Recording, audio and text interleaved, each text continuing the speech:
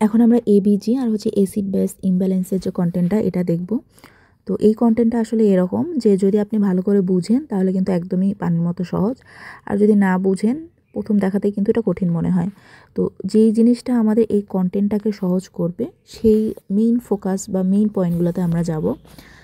উপরে এই যে পেজগুলো আছে এগুলো আপনারা স্কিপ করতে পারেন। মেইন যে পয়েন্টটা আমাদের সেই পেজটার মধ্যে আমরা যাব। যে এখানে যে পেজটা আছে যে 3 স্টেপ এবিজি ইন্টারপ্রিটেশন, আমাদের যে এবিজি ইন্টারপ্রিটেশনের জন্য মেইন যে ছকটা আমাদের জানতে হবে সেটা হচ্ছে আপনার এই ছকটা। এখন এবিজি ইন্টারপ্রিটেশনের বিভিন্ন হয়তো বা নিয়ম আপনারা জানতে পারেন, বাট সব থেকে বেশি অ্যাকুরেট হওয়ার চান্স আপনার এই ছক ব্যবহার করে। এই ছকটা আপনারা যতক্ষণ পর্যন্ত ভালো করে মনে না থাকে, আয়ত্তে না আসে, তো প্রতিদিন কিন্তু একবার করে আপনারা এই ছকটা দেখবেন, তাহলে কিন্তু এটা আপনারা সহজে ভুলবেন না। এখানে আমাদের মেইন যে পয়েন্ট, মেইন টার্ম সেটা হচ্ছে পিএইচ, সেকেন্ড হচ্ছে partial pressure of carbon dioxide, third হচ্ছে বাইকার্বনেট। তো এই ছকটা যে প্রথমে যেটা, এখন আপনারা কোনটার পরে কোন সিকোয়েন্স সেটা কীভাবে মনে রাখবেন। পিএইচের সাথে দেখেন কোনো ভ্যালু কিন্তু নাই, জাস্ট মনে করেন এর সাথে 1 আছে, তো সেক্ষেত্রে পিএইচটা সবার আগে। দেন পার্শিয়াল প্রেশার অফ কার্বন ডাইঅক্সাইডে এর সাথে দেখেন 2 আছে, তো এটা আপনি সেকেন্ড পজিশনে রাখবেন। বাইকার্বনেটের সাথে 3 আছে, এটাকে আপনি থার্ড পজিশনে রাখবেন এবং এরকম করে ছকটা আঁকবেন। এখন সেকেন্ড ধাপে আপনার কি কাজ, যে এই আপনার হচ্ছে টার্মগুলো যেগুলো আছে এগুলো নর্মাল ভ্যালু সম্পর্কে আপনার জানা। পিএস এর নর্মাল ভ্যালু কি আমরা জানি 7.35 থেকে 7.45।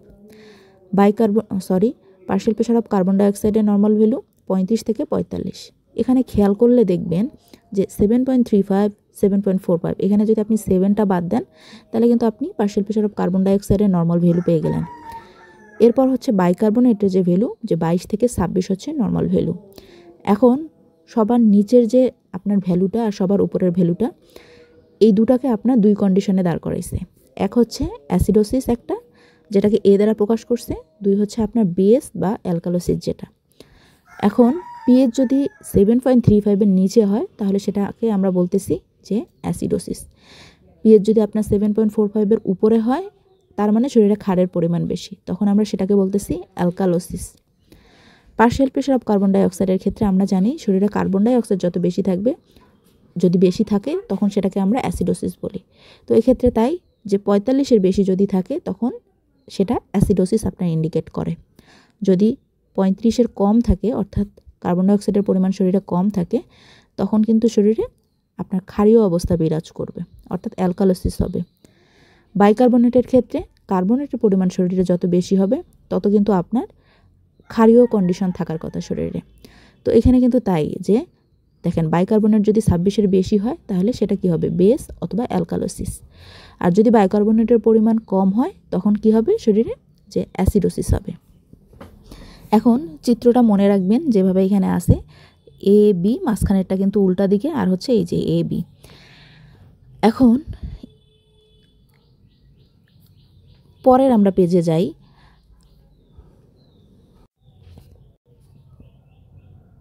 তো মূলত এখানে 3টা স্টেপ আছে আমাদের এই পিএস এর আপনার হচ্ছে এ টু জেড বের করার জন্য, এ টু জেড আপনার জানার জন্য।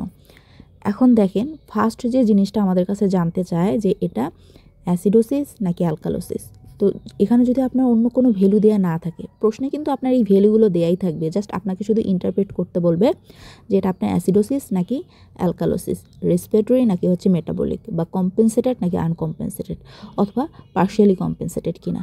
এই জিনিসগুলো কিন্তু এখন আমাদের এখানে বুঝতে হবে। ফার্স্ট যে জিনিসটা, যেখানে শুধু আপনার অ্যাসিডোসিস নাকি অ্যালকালোসিস এইটা যখন জিজ্ঞেস করবে, তার জন্য কিন্তু আপনার এই পুরো ছকের প্রয়োজন নাই। আপনি কিন্তু পিএইচ ভ্যালু দিয়ে আপনি বলতে পারবেন যে এটা অ্যাসিডোসিস নাকি অ্যালকালোসিস। অর্থাৎ ওই যে 7.35-এর নিচে হলে অ্যাসিডোসিস আর 7.45-এর উপরে হলে অ্যালকালোসিস। স্টেপ 2-তে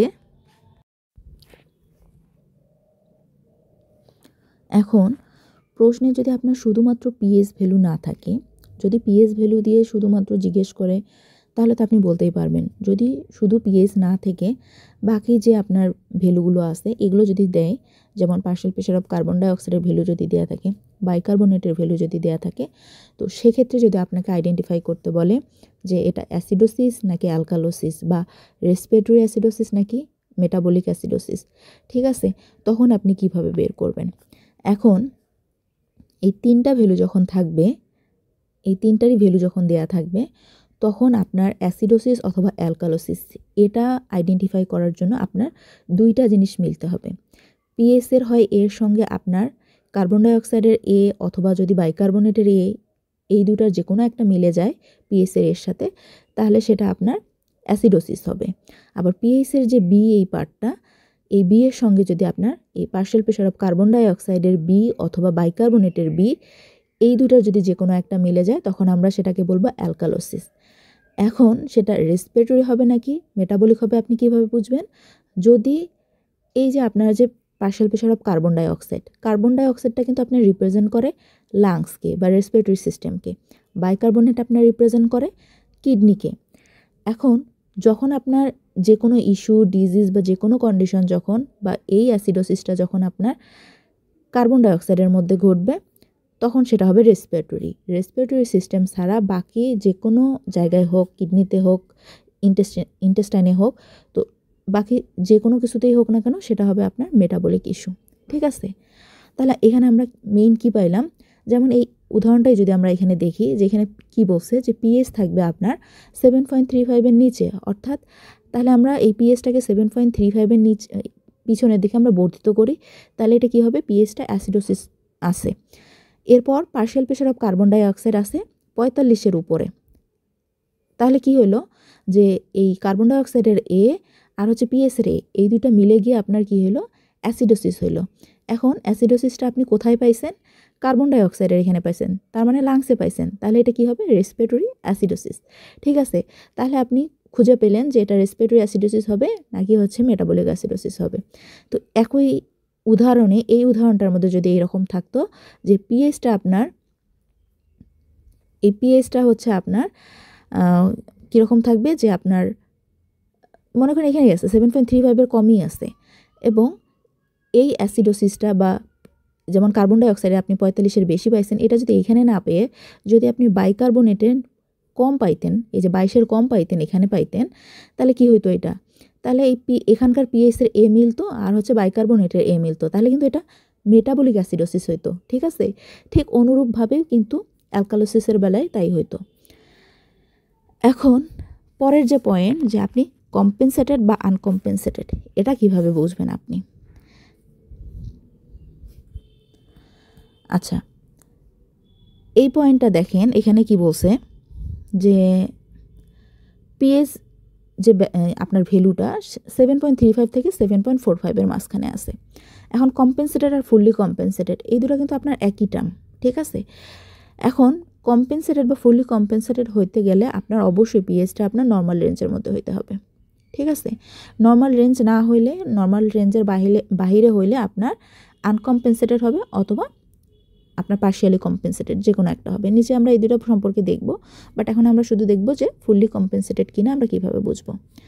শরীরে যখন আপনার অ্যাসিড বৃদ্ধি পাইলো অথবা ক্ষার বৃদ্ধি পাইলো, ঠিক আছে, এর ফলে অন্য যে সিস্টেমটা, যদি মনে করেন অ্যাসিডই বৃদ্ধি পাইলো, মানে রেসপিরেটরি সিস্টেমে আপনার কার্বন ডাইঅক্সাইডের পরিমাণেই বৃদ্ধি পেলো ধরার ক্ষেত্রে ধরে নিলাম, তো সেক্ষেত্রে শরীর যখন চেষ্টা করে, কিডনি যখন চেষ্টা করে ক্ষারের পরিমাণটা বাড়াই দিয়ে অ্যাসিড আর বেসের মধ্যে একটা ব্যালেন্স তৈরি করার জন্য, এবং এই চেষ্টার ফলে কি হয় যে পিএইচটা আপনার নর্মাল রেঞ্জের মধ্যে আসে, 7.35 থেকে 7.45-এর মধ্যে আসে, তখন আমরা সেটাকে বলবো ফুললি কম্পেনসেটেড বা কম্পেনসেটেড।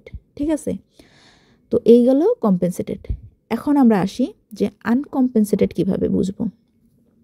দেখেন এখানে পিএইচটা হচ্ছে কত, প্রথম শর্ত তো আমরা পাইছি যে পিএইচটা হচ্ছে আপনার অ্যাবনর্মাল রেঞ্জে থাকবে, অর্থাৎ নর্মাল রেঞ্জের মধ্যে থাকবে না, 7.35 থেকে 7.45-এর নিচে মানে মধ্যে থাকবে না আনকম্পেনসেটেডের ক্ষেত্রে বা পার্শিয়ালি কম্পেনসেটেডের ক্ষেত্রে।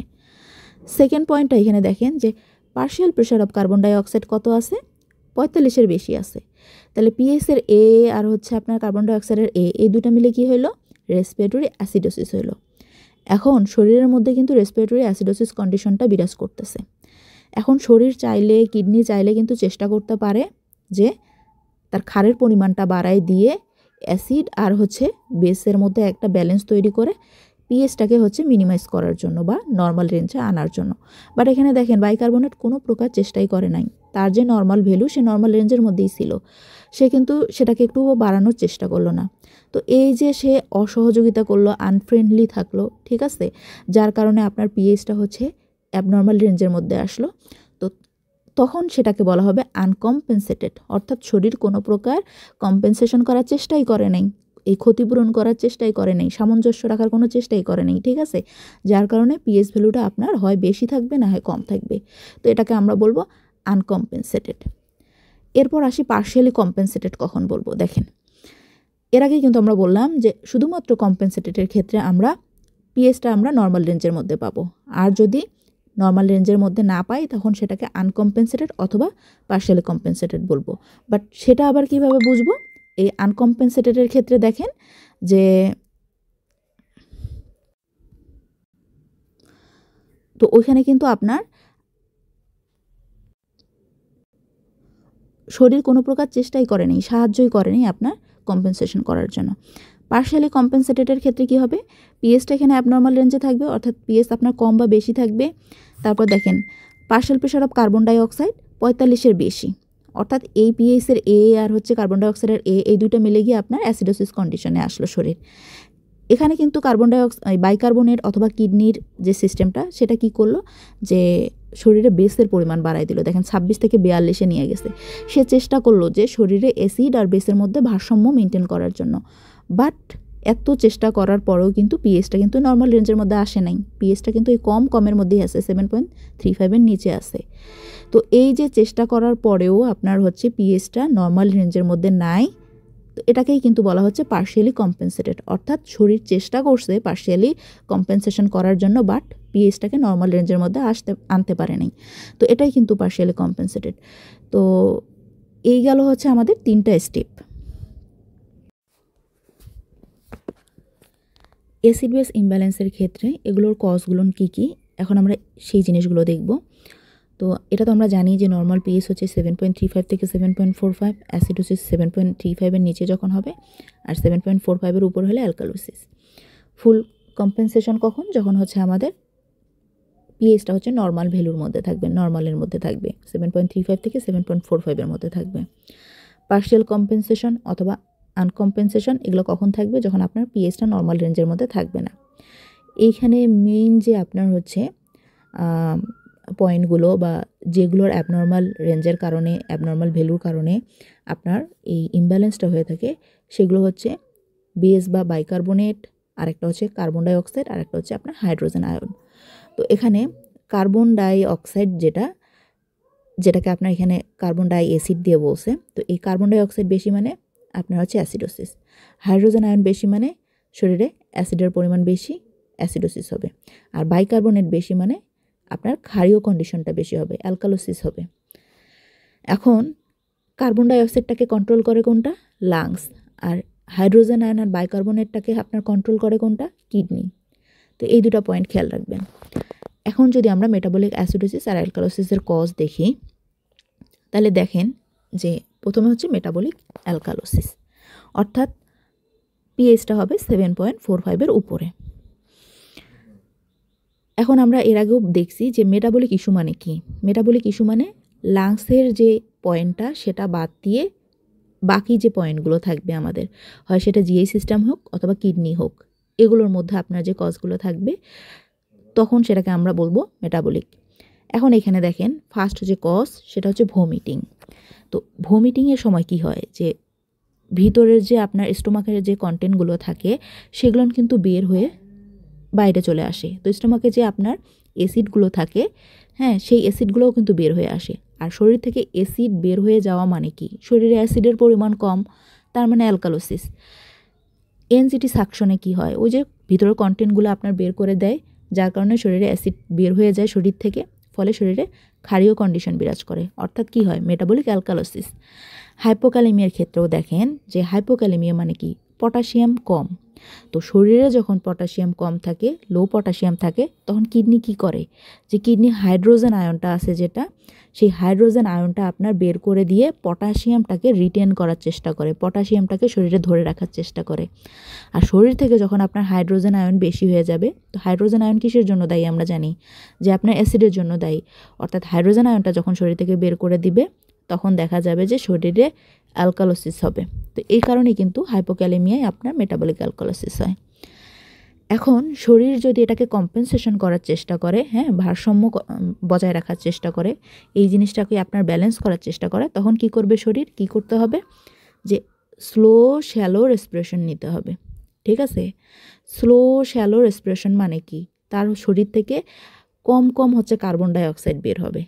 কম কার্বন ডাইঅক্সাইড বের হলে কি হবে, শরীরে আপনার কার্বন ডাইঅক্সাইডের পরিমাণ বেশি হবে, যাতে করে অ্যালকালোসিস কন্ডিশনটাকে ভারসাম্য করা যায়, শরীরে এই পিএইচটাকে আপনার নর্মাল ভ্যালুর মধ্যে আনা যায়। ঠিক আছে, অনেক সময় কিন্তু এই জিনিসটাই আসে যে এই যে মেটাবলিক অ্যালকালোসিস, সেটাকে কম্পেনসেশন করার জন্য কি করতে বলবেন আপনি পেশেন্টকে, বা কি করলে এটা কম্পেনসেশন হবে। তো দেখেন, এই মেটাবলিক অ্যালকালোসিসের ক্ষেত্রে ভালো করে খেয়াল করেন যে এই স্লো শ্যালো রেসপিরেশন নিলে কিন্তু আপনার এই মেটাবলিক অ্যালকালোসিসটা কম্পেনসেট হবে। ঠিক আছে, এরপর হচ্ছে মেটাবলিক অ্যাসিডোসিস। তো দেখেন এখানে কি হয়, যে ডায়রিয়া। তো ডায়রিয়ায় যখন আপনার স্টুলের সাথে কিন্তু এই হাই অ্যামাউন্ট আপনার হচ্ছে বাইকার্বনেট বের হয়ে যায়, ফলে কিন্তু শরীরে আপনার অ্যাসিডের পরিমাণটা বেড়ে যায়, যার কারণে কি হয়, যে মেটাবলিক অ্যাসিডোসিস হয়। যেহেতু এটা লাংসের ইস্যু না, জিআই সিস্টেমের ইস্যু, তো এই কারণে এটা মেটাবলিক অ্যাসিডোসিস হবে। এরপর হচ্ছে রেনাল ফেইলার। তো রেনাল ফেইলার দেখেন, যখন শরীরে রেনাল ফেইলার হয়, কিডনি যখন কাজ করতে পারে না, তখন কি হয়, কিডনির যে নর্মাল যে কাজ, সেটা কিন্তু সে মেনটেন করতে পারে না। তো কিডনি তখন হাইড্রোজেন আয়ন কিন্তু প্রস্রাবের মাধ্যমে বের করে দিতে পারে না। আবার কিডনির যে কাজ, যে বাইকার্বনেটটাকে আপনার হচ্ছে রিটেন করে রাখবে, সেটাও কিন্তু সে করতে পারে না, রিঅ্যাবজর্ব করতে পারে না বাইকার্বনেটটাকে। আবার নতুন আপনার বাইকার্বনেট প্রোডাকশন করতে হেল্পও করতে পারে না। ফলে শরীরে যখন আপনার বাইকার্বনেটের পরিমাণ কম হবে, ফলে তখন কি হবে, শরীরে আপনার মেটাবলিক অ্যাসিডোসিস হবে।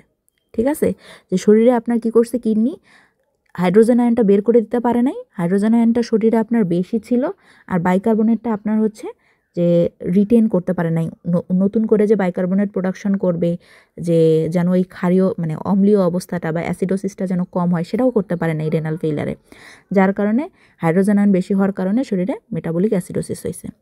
এরপর ডায়াবেটিক কিটোঅ্যাসিডোসিস। তো এখানে তো নাম দেখে বোঝাই যাচ্ছে যে এখানে অ্যাসিডোসিস, তো যেহেতু এটা লাংসের ইস্যু না, এর কারণে ডায়াবেটিক কিটোঅ্যাসিডোসিসে আপনার মেটাবলিক অ্যাসিডোসিস হবে। এরপর হচ্ছে ল্যাকটিক অ্যাসিডোসিস। তো ল্যাকটিক অ্যাসিডোসিস মূলত এই কন্ডিশনটা দিয়ে আপনি তো এমনিতেই বুঝতে পারবেন এখানে যে যদি এই শক বা সেপসিস এই দুটো টার্ম ইউজ না করে ল্যাকটিক অ্যাসিডোসিস থাকে, তাহলে তো আপনি বুঝতেই পারবেন যে এটা মেটাবলিক অ্যাসিডোসিস, যেহেতু লাংসের ইস্যু না, আর অ্যাসিডোসিস কথাটার মধ্যে বলাই আছে অ্যাসিডোসিস। কিন্তু যখন শক বা সেপসিস থাকবে, তখন আপনি একটু ভাববেন যে আসলে এটা মেটাবলিক অ্যালকালোসিসের কজ হবে নাকি অ্যাসিডোসিসের কজ হবে। তো দেখেন, যে যখন শক হবে, মূলত এই শক আর সেপসিস দুইটার মধ্যে আপনার ল্যাকটিক অ্যাসিডোসিস হয়। তো শকের ক্ষেত্রে দেখেন লো পারফিউশন বলছে, অর্থাৎ কি, যখন পেশেন্ট শকে যায়, ঠিক আছে, শকে গেলে কিন্তু সারা শরীরে কিন্তু পারফিউশনের ঘাটতি হয়, অক্সিজেন সাপ্লাই হয় না ঠিক মতো, ঠিক আছে, ব্লাড সার্কুলেশন ঠিক মতো হয় না, যার কারণে অক্সিজেনের সাপ্লাইও ঠিক মতো হয় না। বাট অক্সিজেনের কাজ কি, যে আমাদের শরীরে যে রাসায়নিক ক্রিয়া বিক্রিয়াগুলো হয়, মেটাবলিজম যে হয় রাসায়নিক, তো এই মেটাবলিজমে কিন্তু অক্সিজেন লাগে। যখন আপনার এই অক্সিজেনের ঘাটতি দেখা দেয় শকের মধ্যে, তো ওই অক্সিজেনের ঘাটতির কারণে শরীর কী করে, ল্যাকটিক অ্যাসিড প্রডিউস করে, যেটা কিনা আপনার মেটাবলিজমে কাজে লাগে। তো শরীরে যখন আপনার অতিরিক্ত ল্যাকটিক অ্যাসিড থাকবে, তখন শরীরে কী হবে, মেটাবলিক অ্যাসিডোসিস হবে। সেপসিসের ক্ষেত্রেও কিন্তু তাই, যে সেপসিসেও আপনার পুয়ার পারফিউশন হয়। এই সেপসিস বা সিভিয়ার ইনফেকশনে পুয়ার পারফিউশন, অর্থাৎ সারা শরীরে আপনার অক্সিজেন সার্কুলেশন কম হয়, যার কারণে আপনার তো শরীর কিন্তু এখানেও আপনার ল্যাকটিক অ্যাসিড তৈরি করে মেটাবলিজমের কাজটা করবে। তো এই কারণেই কিন্তু এই অতিরিক্ত ল্যাকটিক অ্যাসিড থাকার কারণে শরীরে মেটাবলিক অ্যাসিডোসিস হবে। তো এই মেটাবলিক অ্যাসিডোসিসটাকে কম্পেনসেশন করার জন্য কি করতে বলতে হবে, র্যাপিড ডিপ রেসপিরেশন নিতে বলতে হবে, বা এই প্রক্রিয়াটা আপনার মেটাবলিক অ্যাসিডোসিসকে কম্পেনসেট করতে পারে।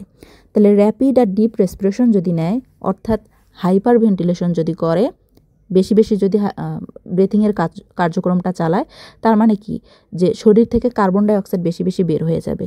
আর যখন শরীর থেকে অ্যাসিডের পরিমাণ আপনার হচ্ছে কমে যাবে বা অ্যাসিডটা হচ্ছে বাইরে বের হয়ে যাবে, তখন কিন্তু মেটাবলিক অ্যাসিডোসিসটা আপনার কম্পেনসেট হয়ে শরীরের পিএইচটা কিন্তু নর্মালের মধ্যে চলে আসার চেষ্টা করবে। তো এই কয়েকটাই হচ্ছে আমাদের মেটাবলিক অ্যালকালোসিস আর মেটাবলিক অ্যাসিডোসিসের কজ। এখন রেসপিরেটরি অ্যাসিডোসিস আর অ্যালকালোসিস এই দুটার কজ দেখি। এই রেসপিরেটরি সিস্টেমে আপনার হচ্ছে দুইটা টার্ম আপনার মেইন হচ্ছে ইম্পর্টেন্ট পয়েন্ট, সেটা একটা হচ্ছে হাইপোভেন্টিলেশন আর একটা হচ্ছে হাইপারভেন্টিলেশন।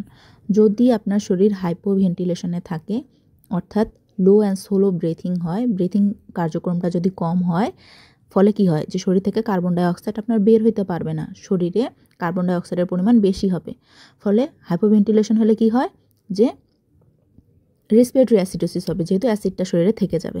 আর হাইপার ভেন্টিলেশন হলে কি হয়, ব্রিথিং বেশি বেশি করে, ফলে কার্বন ডাইঅক্সাইড শরীর থেকে বের হয়ে যায়, যার কারণে শরীরে কার্বন ডাইঅক্সাইডের পরিমাণ কম থাকে, যে লোয়ার কার্বন ডাইঅক্সাইড। ফলে কি হয়, শরীরে রেসপিরেটরি অ্যালকালোসিস হয়। যেহেতু রেসপিরেটরি সিস্টেম রিলেটেড, এই কারণে কিন্তু রেসপিরেটরি। ঠিক আছে, এখন আমরা দেখি রেসপিরেটরি অ্যালকালোসিস এর কজগুলান কী কী। রেসপিরেটরি অ্যালকালোসিসের কজগুলো দেখেন যে যখন আমাদের শরীরে হাইপার ভেন্টিলেশন হবে, রেসপিরেটরি রেট বেশি হবে বা ফার্স্ট রেসপিরেটরি রেট হবে, যার কারণে কার্বন ডাইঅক্সাইড শরীর থেকে বের হয়ে যাবে বেশি বেশি, ফলে শরীরে ক্ষারের পরিমাণ বেশি হবে বা রেসপিরেটরি অ্যালকালোসিস হবে। এখন কজগুলো দেখেন কি, প্যানিক অ্যাটাক। প্যানিক অ্যাটাকে কি হয়, যে কোনো কারণে যখন মানুষ প্যানিক হয়ে যায়, অস্থির হয়ে যায়, ঠিক আছে, তখন কিন্তু তার রেসপিরেটরি রেটটা বেড়ে যায়। ফলে কিন্তু কি হয়, প্যানিক অ্যাটাকে যে কার্বন ডাইঅক্সাইডটা শরীর থেকে বেশি বের হয়ে যায়, ফলে রেসপিরেটরি অ্যালকালোসিস হয়। তো রেসপিরেটরি অ্যালকালোসিসের ক্ষেত্রে কি ম্যানিফেস্টেশন কী কী, যে কার্বন ডাইঅক্সাইডের পরিমাণ কম হবে। কার্বন ডাইঅক্সাইডের পরিমাণ কম মানেই তো রেসপিরেটরি অ্যালকালোসিস হবে। এর সাথে সাথে কি হবে, বাইকার্বনেটের পরিমাণও আপনার কম হবে। তো শরীরে যখন আপনার একটা নর্মাল প্রসেস থাকে তখন একটা জিনিস, আর শরীরে যখন আপনার নর্মাল প্রসেস থাকে না, শরীর কোনো অ্যাবনর্মাল চেঞ্জের দিকে যায়, শরীর কিন্তু নিজস্ব একটা প্রক্রিয়ার মাধ্যমে সেটাকে কম্পেনসেশন করার চেষ্টা করে। তো এই কারণে কিন্তু যখন শরীরে কার্বন ডাইঅক্সাইডের পরিমাণ কমে যায় নর্মাল রেঞ্জের থেকেও, তখন কিন্তু কিডনি চেষ্টা করে কি করে, যে এই অ্যালকালোসিসটাকে কমানোর জন্য কিডনি আপনার বাইকার্বনেট যেটা আছে, তো ইউরিনের মাধ্যমে বের করে দেওয়ার চেষ্টা করে। ঠিক আছে, বের করে দেওয়ার চেষ্টা করে, ফলে কি হয় যে আপনার শরীরে এই অ্যাসিড আর হচ্ছে যে বাইকার্বনেট যেটা, এটার মধ্যে যেন ভারসাম্য রক্ষা হয়, অ্যাসিড বেসের মধ্যে যেন ভারসাম্য রক্ষা হয়, পিএইচটা যেন নর্মাল রেঞ্জের মধ্যে আসে। তো কম্পেনসেশন মেকানিজমের মধ্যেই তাই, যে কিডনি চেষ্টা করে হাইড্রোজেন আয়নটাকে হচ্ছে আপনার কম করে বের করে দেওয়ার জন্য, যাতে হাইড্রোজেন আয়ন শরীরে বেশি বেশি জমা হয়ে থাকে, অ্যালকালোসিসটাকে যেন মিনিমাইজ করতে পারে। এবং বাইকার্বনেটটাকেও কিডনি হচ্ছে লেস রিঅ্যাবজর্ব করে। কারণ কি, শরীরে বাইকার্বনেটের পরিমাণ যদি বেশি হয়, তাহলে অ্যালকালোসিস আরও বেড়ে যাবে। তো শরীর বাইকার্বনেটটাকে রিঅ্যাবজর্ব করার চেষ্টা করে না, বাইকার্বনেটটাকে শরীর থেকে বের করে দেওয়ার চেষ্টা করে। তাহলে রেসপিরেটরি অ্যালকালোসিসের কম্পেনসেশন মেকানিজমটাও আপনার কিন্তু ভালো করে মনে রাখতে হবে। এরপর যদি রেসপিরেটরি অ্যাসিডোসিস দেখি, তো অ্যাসিডোসিস মানে কি, শরীরে কার্বন ডাইঅক্সাইড আমাদের বেশি আছে, তো লো আর স্লো রেসপিরেটরি রেট, যার কারণে শরীরে কার্বন ডাইঅক্সাইড রিটেন হয়, শরীর থেকে কার্বন ডাইঅক্সাইড বের হয় না। এখন যে কন্ডিশনগুলোতে মানুষ ব্রিথিং কার্যক্রমটা কম করে, যেমন স্লিপ অ্যাপনিয়া বা এমনি স্লিপের ক্ষেত্রেও, হেড ট্রমা, যখন হচ্ছে সিএনএস সিস্টেমটা আপনার অ্যাফেক্টেড থাকে, মানুষ ব্রিথিং কার্যক্রম কম করে। তারপর পোস্ট অপারেটিভ পেশেন্টরাও আপনার হচ্ছে ব্রিথিং কম নেয় বা শ্বাস প্রশ্বাস তাদের এই প্রক্রিয়াটা কম চলে। যাদের হচ্ছে সিএনএস ডিপ্রেশন যে ড্রাগগুলো চলে, যেমন অপিওড, যা আমরা কিন্তু জানি যে অ্যানালজেসিক দিলে, তারপর হচ্ছে ডাইজিপাম, বেনজোডাইজিপাম, এগুলা দিলে কিন্তু তার সিএনএসটা হচ্ছে ডিপ্রেস হয়, পেশেন্ট কি বলেন আপনার হচ্ছে ব্রিথিং কার্যক্রম কম করে। তো এই কারণে কিন্তু এই সব ড্রাগগুলো যদি থাকে, এগুলো কিন্তু আপনার রেসপিরেটরি অ্যাসিডোসিসের কজ। মনে রাখতে হবে যে ব্রিথিং কম মানেই আপনার শরীরে অ্যাসিডোসিস হবে। নিউমোনিয়া, সিওপিডি, অ্যাজমা অ্যাটাক আপনারা যদি মুখস্থ করেন, তাহলে কিন্তু এমসিকিউর মধ্যে কিন্তু আপনারা হচ্ছে মনে নাও রাখতে পারেন বা মনেও রাখতে পারেন, কিন্তু অনেক সময় দেখা যায় যে ভুল করতে পারেন। বাট আপনি যদি বুঝে পড়েন যে নিউমোনিয়াতে কি হয়, মানুষ শ্বাস প্রশ্বাস যেটা ব্রিথিং প্যাটার্ন যেটা সেটা ঠিক মতো নিতে পারে না। অ্যাজমা এটাকেও তাই, শ্বাস নিতে পারে না, সিওপিডিতেও তাই। তো এর কারণে ব্রিথিং কার্যক্রম কম চলে, ফলে দেখা যায় যে শরীরে অ্যাসিডের পরিমাণ জমা হয়, ফলে রেসপিরেটরি অ্যাসিডোসিস হয়। বুঝে বুঝে পড়লে কিন্তু আপনি ইজিলি অ্যান্সার করতে পারবেন। কে ম্যানিফেস্টেশন কী কী থাকে রেসপিরেটরি অ্যাসিডোসিসের ক্ষেত্রে? নর্মালি আমরা কি বুঝতে পারি? অ্যাসিডোসিস মানে কার্বন ডাইঅক্সাইডের পরিমাণ বেশি হবে, আবার এখানে বাইকার্বনেটের পরিমাণও কিন্তু বেশি হবে। ওই যে শরীর কিন্তু চেষ্টা করে যে শরীরে যেহেতু কার্বন ডাইঅক্সাইডের পরিমাণ বেশি, তাহলে আমি বাইকার্বনেটের পরিমাণটাও বাড়াই দিই, যাতে অ্যাসিড আর বেসের ভারসাম্য রক্ষা হয়, যেন রেসপিরেটরি অ্যাসিডোসিসটা কমে গিয়ে পিএইচটা যেন নর্মাল রেঞ্জে আসে। এই কারণে কিন্তু এই দুটো আমরা ম্যানিফেস্টেশন পাইতেছি রেসপিরেটরি অ্যাসিডোসিসের ক্ষেত্রে। কম্পেনসেশন মেকানিজমে কী করতে হবে? যদি রেসপিরেটরি অ্যাসিডোসিস থাকে তাহলে কিডনিকে তো মানে দেখেন, যখন রেসপিরেটরি একটা অ্যাসিডোসিস হয় বা অ্যালকালোসিস হয়, তখন কিন্তু কে কম্পেনসেশন করে? তখন আরেকটা যে অর্গান আছে কিডনি, সে কিন্তু কম্পেনসেশন করে। আবার যদি কিডনির ক্ষেত্রে বা মেটাবলিক যদি আপনার হচ্ছে অ্যাসিডোসিস অ্যালকালোসিস হয়, তখন কম্পেনসেশন কে করে? তখন কম্পেনসেশন করে লাংস। ঠিক আছে, এটা কিন্তু খেয়াল রাখবেন যে রেসপিরেটরি অ্যাসিডোসিস অ্যালকালোসিসের ক্ষেত্রে কিডনি কম্পেনসেশন মেকানিজম করে, আর মেটাবলিকের ক্ষেত্রে লাংস হচ্ছে কম্পেনসেশন মেকানিজম করে। উপরের ক্ষেত্রে কিন্তু আমরা দেখছি যে মেটাবলিক অ্যালকালোসিস অ্যাসিডোসিসের ক্ষেত্রে আপনার হাইপারভেন্টিলেশন বা রেসপিরেশনের ক্ষেত্রে রেসপিরেশন, এই দুইটা জিনিস কিন্তু আপনার হচ্ছে এফেক্ট করছে। তো এখানেও কিন্তু তাই যে রেসপিরেটরি অ্যাসিডোসিসে এটা কম্পেনসেশন করার জন্য কিডনি কী করছে? শরীর থেকে অ্যাসিডটা বের করে দিছে, অর্থাৎ কিডনি চেষ্টা করে শরীর থেকে হাইড্রোজেন আয়ন বের করে দিয়ে আর রিটেন বাইকার্বনেট। তো এখানে কিডনি আর একটা জিনিস কী করে, যে শরীরে যেহেতু অ্যাসিডের পরিমাণ বেশি আছে, সে কিন্তু এই বাইকার্বনেটটা তখন রিটেন করে রাখার চেষ্টা করে, ধরে রাখার চেষ্টা করে, যেন শরীরে বাইকার্বনেটের পরিমাণ বেশি হয়, অ্যাসিড আর বাইকার্বনেট বা বেস এর মধ্যে যেন সামঞ্জস্য রক্ষা হয়, আর পিএইচটা যেন নর্মাল রেঞ্জের মধ্যে আসে। তো এই দুটা একটু বুঝে মেকানিজমটা বুঝে পড়েন, তাহলেই কিন্তু আপনার হচ্ছে বুঝতে পারবেন যে অ্যাসিড বেস ইমব্যালেন্স বা রেসপিরেটরি অ্যালকালোসিস বা রেসপিরেটরি অ্যাসিডোসিসের কজ কী কী। এখন এখানে যে এবিজি প্র্যাকটিসের যে কোয়েশ্চেনগুলো আছে, এখন আপনারা এই বইয়ের মধ্যেই আপনারা ট্রাই করবেন এগুলো সলভ করার জন্য। যেমন এখানে পিএসের মান দেয়া আছে, পার্শিয়াল প্রেশার অফ কার্বন ডাইঅক্সাইডের মান দেয়া আছে, বাইকার্বনেটের মান দেয়া আছে। এখন আপনারা করবেন কি, এই ছকটা অ্যাড করবেন। এই ছকটা একে দেখবেন যে এখানে কোন কোন জিনিসগুলো আছে, এটা অ্যাসিডোসিস নাকি অ্যালকালোসিস, এটা হচ্ছে আপনার রেসপিরেটরি ইস্যু নাকি হচ্ছে মেটাবলিক ইস্যু, তারপর হচ্ছে এটা কম্পেনসেটেড নাকি আনকম্পেনসেটেড নাকি পার্শিয়ালি কম্পেনসেটেড। এই তিনটা জিনিস আপনারা প্রত্যেকটার ক্ষেত্রে লিখবেন, তাহলে কিন্তু বুঝতে পারবেন যে আপনারা জিনিসগুলো বুঝছেন কি বোঝেন নাই। ঠিক আছে, এখন আমরা কয়েকটা উদাহরণ দেখব। যেমন এখানে কি বলছে দেখেন,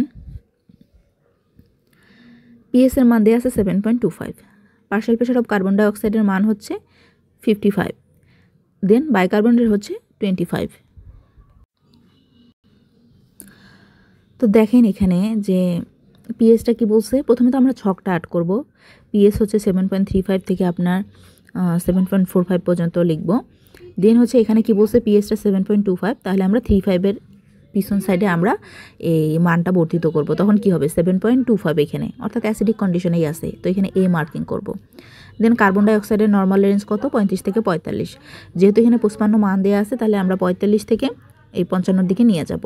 তাহলে এটা কি হলো, কার্বন ডাইঅক্সাইডের ক্ষেত্রে বেশি মানে কিন্তু হচ্ছে অ্যাসিড, তাহলে এখানে কিন্তু দুইটা এ মিলে গেল, পিএইচের একটা এ আর একটা হচ্ছে কার্বন ডাইঅক্সাইডের এ মিলে গেল, তাহলে এটা কি অ্যাসিডোসিস কন্ডিশন। ঠিক আছে, এখন অ্যাসিডোসিসটা কোথায়, কোন জায়গার এটার সাথে মিলে গেছে, লাংসেরটা, রেসপিরেটরি সিস্টেমেরটা বা কার্বন ডাইঅক্সাইডেরটা, তাহলে এটা কি হবে রেসপিরেটরি অ্যাসিডোসিস। ঠিক আছে, এখন এটা কম্পেনসেটেড নাকি আনকম্পেনসেটেড, দেখেন কম্পেনসেটেড বা ফুললি কম্পেনসেটেড হলে আমাদেরকে কি জানতে হবে বা কি করতে হবে, যে অবশ্যই পিএইচটা হচ্ছে নর্মাল রেঞ্জের মধ্যে থাকবে। এখানে কি পিএইচটা নর্মাল রেঞ্জের মধ্যে আছে, না নাই, পিএইচটা আপনার অ্যাবনর্মাল রেঞ্জের মধ্যে আছে, তার মানে এটা ফুললি কম্পেনসেটেড না। আর এই দেখেন বাইকার্বনেটটা কিন্তু কোনো প্রকার হেল্পও করে নাই। ঠিক আছে, বাইকার্বনেটটা কিন্তু তার পরিমাণ বাড়াই দিয়ে অ্যাসিড আর বেসের মধ্যে একটা ভারসাম্য মেনটেন করার কিন্তু চেষ্টাও করে নাই। তার মানে এটা কি পার্শিয়ালি আপনার হচ্ছে কম্পেনসেটেডও হবে না, এটা ডাইরেক্ট আপনার আনকম্পেনসেটেড হবে। এরপরের ইয়াটা দেখি কি বলছে, যে পিএস হচ্ছে 7.57, তাহলে এটা 8 করেন আগে। পিএসটা হচ্ছে 7.35 থেকে 7.45, সেটাকে বর্ধিত করে এদিকে নিয়ে আসেন 7.57, অর্থাৎ এটা কি বেসের মধ্যে আসছে। তাহলে আমরা এখানে বেস চিহ্নিত করব। কার্বন ডাইঅক্সাইডটা কি হবে যে 35 থেকে 45, 35-এর নিচে যাবে। আর কার্বন ডাইঅক্সাইড কম মানে কি ক্ষার বা বেস, ঠিক আছে। তাহলে আমরা এইদিকে বেসটাকে হচ্ছে চিহ্নিত করব। তো এখানে দেখেন যে দুইটা বি কিন্তু মিলে গেছে, পিএইচের বি আর হচ্ছে কার্বন ডাইঅক্সাইডের বি মিলে গেছে। তার মানে এটা কি রেসপিরেটরি অ্যালকালোসিস, ঠিক আছে। এখন কম্পেনসেটেড নাকি আনকম্পেনসেটেড, যেহেতু এটা আপনার পিএইচটা নর্মাল রেঞ্জের মধ্যে নাই, পিএইচ নর্মাল রেঞ্জের মধ্যে না থাকা মানে আপনার কি হবে আনকম্পেনসেটেড অথবা পার্শিয়ালি কম্পেনসেটেড। যেহেতু এখানে আপনার অন্য যে আপনার হচ্ছে ইম্পর্টেন্ট যে আপনার পয়েন্টটা বা বাইকার্বনেট, এটা কিন্তু আপনার কোনো প্রকার হেল্প করে নাই, ঠিক আছে। তো যার কারণে এটা আপনার ফুললি আনকম্পেনসেটেড হবে, কোনো প্রকার আপনার হচ্ছে পার্শিয়ালি কম্পেনসেটেড হবে না, একবারে আনকম্পেনসেটেড। এখন আমরা আরেকটা জিনিস দেখব যে ফুল আর পার্শিয়াল কম্পেনসেশনের এই যে প্রশ্নটা আছে, দেখেন এখানে কি বলছে। পিএস হচ্ছে 7.37, partial pressure of carbon dioxide হচ্ছে 52, বাইকার্বনেট হচ্ছে 32। তাহলে আমরা হচ্ছে নিয়ম অনুসারে আগে পিএস 8 করব বা পিএস লিখবো, তারপর কার্বন ডাইঅক্সাইড লিখবো, তারপর বাইকার্বনেট লিখবো। এরপর হচ্ছে নর্মাল রেঞ্জগুলো আমরা লিখবো সবগুলারই। দেন হচ্ছে প্রশ্ন অনুযায়ী আমরা লিখবো যে পিএস কত আছে 7.37, এই যে 7.37 এখানে আমরা মার্ক করব। বাইকার্বনেট কত আছে 52, তারপর হচ্ছে কার্বন ডাইঅক্সাইড 52, বাইকার্বনেট কত 32। এখন পিএসটা কিন্তু এখানে নর্মাল রেঞ্জে আছে, ঠিক আছে। এই ধরনের প্রশ্নগুলোতে যদি আপনার অ্যাসিডোসিস অথবা অ্যালকালোসিস চিহ্নিত করতে বলে, তখন আপনি কি করবেন, মানে যেখানে আপনার যে ভ্যালুটা যে পিএসের থাকবে একদম কর্নার পয়েন্টে থাকবে, যেমন 7.35-এর খুব কাছে কিন্তু 7.37, ঠিক আছে। তো এই ক্ষেত্রে আপনি কি করবেন যে ওই আপনার পয়েন্টটা বা ভ্যালুটা দেখবেন যে কোনটার কাছাকাছি। যদি এর কাছাকাছি হয় তাহলে সেটাকে এ হিসাবে ধরবেন, ঠিক আছে। আর যদি বি এর কাছাকাছি হয়, একদম কাছে থাকে, যদিও সেটা নর্মাল রেঞ্জের মধ্যে, তখন সেটাকে আপনি বি ধরবেন বা বি হিসেবে মার্ক করবেন। তাহলে এখানে কি হবে যে এখানে কার্বন ডাইঅক্সাইডের এর সাথে এই পিএসের এ মিলে গেছে, ঠিক আছে। পিএসের এ যদিও মিলে নাই বাট কাছাকাছি আছে, সেহেতু আপনি সেটাকে এ হিসাবেই ধরবেন। তাহলে এই কন্ডিশনটাতে কি হয় যে রেসপিরেটরি অ্যাসিডোসিস কন্ডিশন, ঠিক আছে। এখন এটাকে আপনি ফুল কম্পেনসেশন বলবেন নাকি পার্শিয়াল কম্পেনসেশন বলবেন। দেখেন পিএস ভ্যালুটা কিন্তু এখানে নর্মাল রেঞ্জের মধ্যে আছে, তো এই কারণে কিন্তু আপনি এটাকে ফুল কম্পেনসেশন বলবেন। এই যে এ আর বি, কার্বন ডাইঅক্সাইডের অ্যাসিড আর বাইকার্বনেটের বেস, দুইটাই ভারসাম্য করে কিন্তু পিএস ভ্যালুটাকে আপনার নর্মাল রেঞ্জের মধ্যে আনছে। তো এই কারণে কিন্তু এটা ফুল কম্পেনসেশন অথবা কম্পেনসেশন, ঠিক আছে। এরপর আরেকটা কোয়েশ্চেন আমরা দেখব, যেখানে কি বলছে পিএস। আচ্ছা, এই প্রশ্নগুলোর ক্ষেত্রে আপনারা কি করবেন, আপনারা আগে ছকটা অ্যাড করবেন, ঠিক আছে। এই ভ্যালুগুলো তো দেওয়া থাকবে, আপনারা ছকটা অ্যাড করবেন। ছক বলতে এই চিত্রগুলো এগুলার না, জাস্ট পিএস লিখবেন, partial pressure of carbon dioxide লিখবেন, বাইকার্বনেট লিখবেন। পিএসের মান নর্মাল রেঞ্জ বসাবেন 7.35, 7.45। কার্বন ডাইঅক্সাইড এটার মান 35 থেকে 45, বাইকার্বনেট 22 থেকে 26। দেন আপনারা প্রশ্নের মধ্যে যেটা আছে সেটা লিখবেন যে পিএস হচ্ছে কত 7.43, একদম 7.45-এর একদম কাছাকাছি কিন্তু। তার মানে আপনারা কিন্তু এটাকে বি হিসেবে ধরবেন যদি অ্যাসিডোসিস বা অ্যালকালোসিস এটা নির্ধারণ করতে বলে। যেহেতু একদম 7.45-এর কাছাকাছি, তার মানে এটাকে বি ধরবেন। 7.43 মার্কটাকে আপনারা হচ্ছে বি ধরবেন। যদি 7.35-এর কাছে থাকতো তাহলে এ ধরতেন। কার্বন ডাইঅক্সাইড হচ্ছে নর্মাল রেঞ্জের মধ্যে আছে, 43 আছে। বাইকার্বনেট কিসে আছে 26-এর বেশি আছে, 33 আছে। তাহলে এটা আপনার কি হবে, এই সিস্টেমটাতে অ্যাসিডোসিস নাকি অ্যালকালোসিস কোনটা পাবেন। তো অ্যাসিডোসিস আর অ্যালকালোসিস এইটা নির্ণয় করার ক্ষেত্রে আমাদের কোন দুটা মিলতে হয়, যে হয় পিএসের এর সাথে যে অন্য যে কোনো একটা মিলবে, আর না হয় পিএসের বি এর সাথে অন্য একটা বি মিলবে। এখন এখানে পিএসের বি হচ্ছে আপনার বি এর সাথে এখানে বাইকার্বনেটের বেস মিলছে, অর্থাৎ এই দুইটা বেশি হয়েছে। 2টা বেশি হলে তবেই আমরা অ্যালকালোসিস বা অ্যাসিডোসিস বলতে পারবো। যেহেতু এখানে অ্যালকালাইন বা বেসটা হচ্ছে আপনার বাড়ছে, সেহেতু কিন্তু এখানে এটা অ্যালকালোসিস হবে। এখন এটা ফুললি কম্পেনসেটেড হবে নাকি আনকম্পেনসেটেড হবে? এখানেও কিন্তু এটা ফুললি কম্পেনসেটেড হবে, যেহেতু পিএইচ ব্যালেন্সটা বা পিএইচ ভ্যালুটা আপনার নর্মাল রেঞ্জের মধ্যে আছে। তো এই কারণে কিন্তু এটা ফুললি কম্পেনসেটেড হবে।